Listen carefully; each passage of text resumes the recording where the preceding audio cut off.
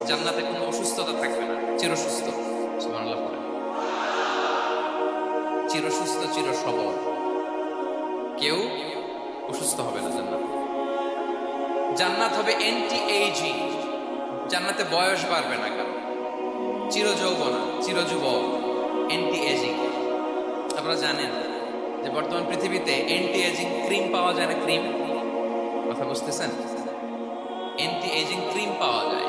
তারা বলে এই ক্রিম মাখলে চামড়ায় ভাঁজ পড়ে না। এটার দাম দাম আছে কিন্তু অনেক।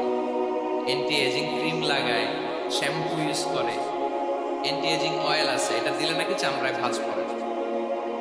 ইভেন ভারতের অনেক বড় একজন ব্যবসায়ী মুকেশ আম্বানি, নাম শুনছেন না? যে তার ছেলের বিয়ে হয়ে গেল,